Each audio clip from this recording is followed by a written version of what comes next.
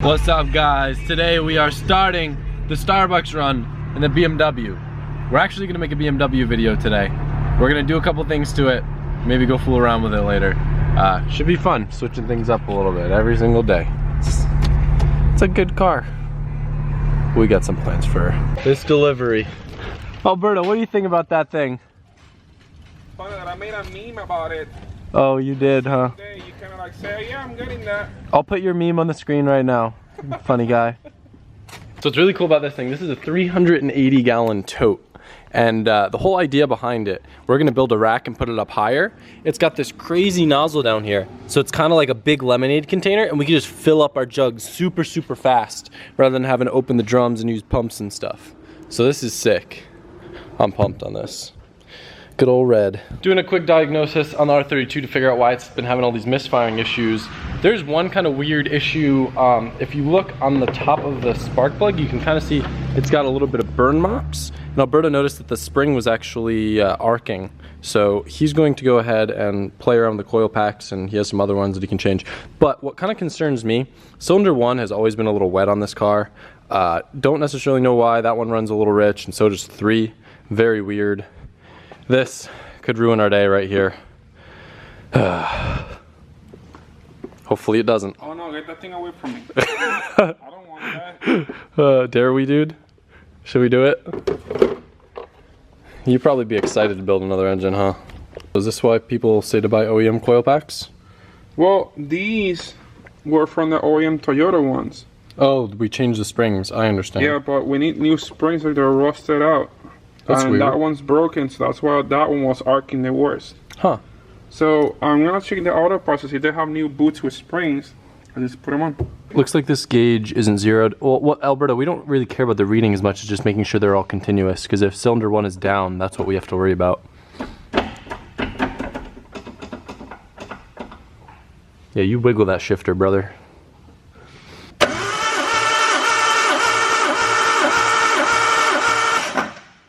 About 120.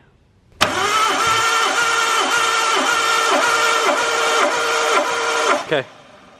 Yes, this one's about maybe 10 psi higher. God. Yeah, so it seems like cylinder 1's really the only one that's down. Good. So we're thinking that there might be some potential ring damage on cylinder 1, considering I didn't show it, but when I let the air out, it literally spat E85 out of there. So there's definitely a significant amount of blow-by going on. And seeing that it was down in compression a little bit, that would explain why it's a little bit richer. Maybe that's where most of the blow-by is coming from. Is it a broken ring? Is it just super worn? Is it machining error? It's weird.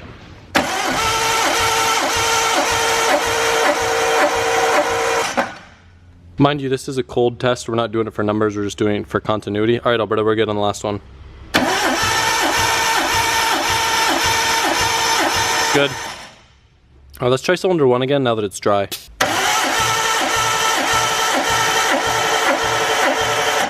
Yeah, it's a little low, but not that low. It's like maybe at most 10 psi down. All right, so today we're gonna be doing a little bit of work on the BMW. I'm a little bit nervous because Alberto doesn't really have any experience working on BMWs. Is this gonna be the first BMW you've ever worked on, Alberto? What? Is this the first BMW you've ever worked on? What are those? What's a BMW?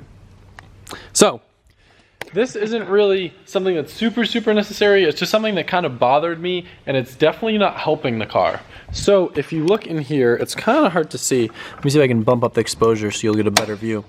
So, I've got this gnarly front mount intercooler.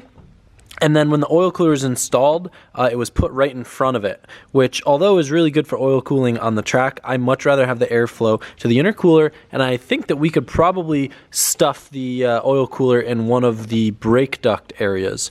We've got massive brakes, so we should be fine there. I just don't like the fact that A, it kind of hides the front mount intercooler more, and I feel like it's blocking a lot of airflow to it and probably not helping my high IAT problem. So we're going to pull it off. I'm pretty sure the lines are long enough to where we can move it over. We'll just have to have Alberto custom fab up a bracket rather than using, I think that's a bolt-on bracket where it is right now. So now we get to do the fun part of pulling all the stupid little Torx bits off. So while Alberto's gonna pull the front bumper off and start doing everything on the front, I'm actually gonna work on the back of the car. I don't know if you guys remember, this is like probably a year and a half ago, I got a different diffuser, because right now I have just the M Sport plastic one, and I always wanted a carbon fiber one. And I have this rad carbon fiber one I got, but I couldn't get it to fit properly while the bumper is on the car, because I couldn't get behind the bumper to like bend the clips the way I need to bend them. So I'm gonna pull the bumper off and try to fit that with it off the car so I can have a sweet looking rear end again. Chris from PSI next door came over to help us with another cool little mod. We're gonna do all the cars in the air. First I just gotta take this panel off. Conveniently I already have this gun out. Here, you know if you can hold that real quick, I'll bust them off super fast. Chris, how often are you pulling off under panels on these cars? Dude, it's like half of my job. Yeah. I'm a panel technician at heart. Yep. Is this the one that I lost at Sebring? I think so. Oh, so there's just one Actually, zip tie? no, this one, because this one's brand new, and then this one right here. Oh, and then there's a zip tie in front. What's leaking on me? That's from the evaporator from the AC system. I still have AC? drain. Yes, sir. I didn't know I had AC. Here, actually, can we cut that? Yeah. If you want. Or is this broken? No, it's not broken. This is caught on there. But we just... Yeah, it twists off. We could just let it hang. Yeah, so Right, right come here here. is the... So right here is what they call the clutch delay valve. So it's right between the clutch pipe that goes to the slave cylinder and the clutch pipe that goes to the master cylinder. And essentially it just connects the two, and when you pull it off you'll see that there's just a small hole in there, and the hole is smaller than the inner diameter of either of these, so it acts like a fluid barrier and it slows the fluid down. It's not really a valve or anything per se, it's just a small hole. So all you need to do is pull this off, and then you'll drill through it just a little bit bigger. And then that should give us a little bit more of like a normal clutch feel instead of having that weird delay. Yeah, I mean, some people say they can feel the delay, and some people can't. But for those of us, yeah, no, it's not going to hurt. It's just going to basically increase the time that the clutch can actuate. So less slippage and anything like that. Better feel. We're going to leak clutch fluid when we do that though, so we'll need to re-bleed it? Yes, you Okay. will. But that's not too difficult either. It's just a couple of clips that you need to get behind. Yeah. And they'll like pop out. Man, Chris wasn't lying. Look at this tiny little hole. It's a pinhole in there. So we're just gonna drill that out bigger. Man, that's insane.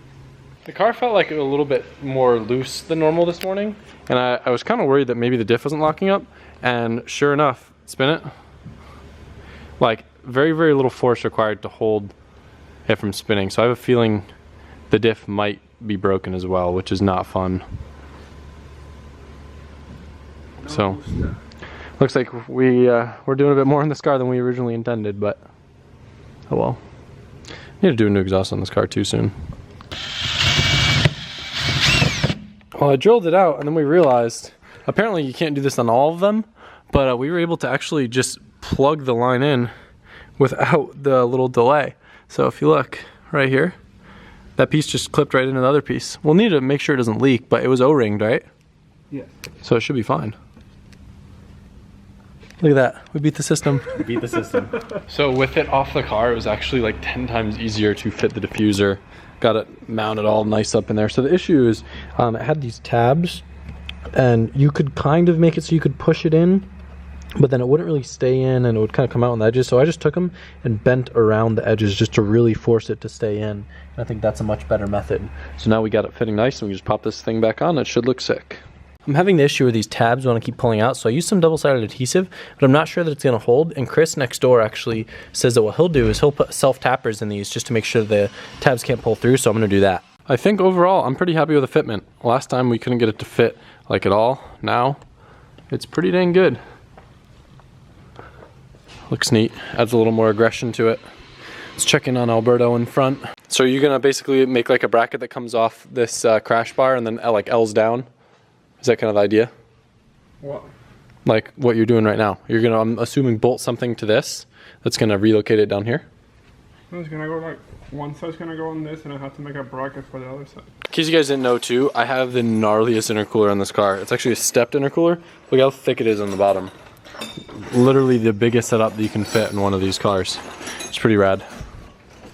All right, now we get to take the only working car to O'Reilly's to go pick up some new springs for those coil packs. Maybe grab some food while we're out, and what else do we need? WD-40 and maybe some Brillo pads. I want to paint some stuff on the BMW. The thing that's been driving me insane with this car is seeing all this rust. Since my wheels are like track style wheels that don't have center caps, seeing all that rust through. So what I did on this side, I stripped away all the rust, and I got it so where I can just spray it with black so it doesn't keep rusting. Apparently these clutches take forever to bleed.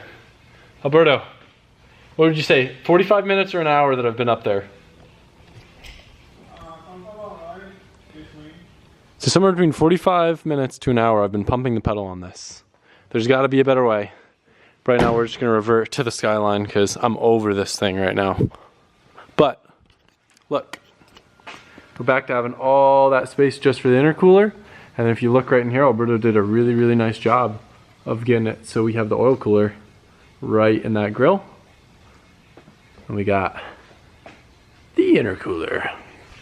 After my unsuccessful attempts bleeding the clutch last night, Alberto was able to get it. We borrowed a power bleeder from PSI, and what was the procedure to get it done in case anyone runs into it? That was like the easiest thing ever after like, alright, I ended up removing the slave to try to bleed it manually, but I didn't have to do that with a power bleeder. With a power bleeder, you pretty much add fluid to the bottle, pump it around 15-20 psi, and it adds positive pressure on the reservoir. So it pretty much just pushes fluid right through the system and pushes all the bubbles out. So you pretty much pump it 15-20 psi, then open the bleeder on the bottom on the slave, and literally just watch all the stream and bubbles come on until you have a fresh stream of fluid coming out, no bubbles. Close it up, relieve the pressure, take it off, and you're good to go. That's all that it takes. Sounds too easy. But anyway, It was. look how good it is now. You can see my front mount finally. It's not blocked by the oil cooler. I wish I did some data logging so I could monitor and actually see the difference in my IATs now that it actually has all the airflow. But I think it will be a notable difference, especially pull to pull, back to back. But anyway, Oil cooler, you thought I was doing anything? I was talking about the intercooler. You can't see the oil cooler. It's cool. Yeah, and then you can see now those freshly painted caps look a little bit better than they did all rusted out before. But anyway, this thing's back on the road now. I'll post one clip, the camera died. I did a tiny little burnout here and we confirmed that both wheels do lock up. I also did a faster pull on the road and saw some 11s behind me. It wasn't just a 1, it was an 11, so I think we're good. But anyway, we're gonna wrap this video up here. I got a ton of stuff going on. This is actually the second day of me filming this just to close this video out. But yeah, so thanks guys. We'll see you tomorrow.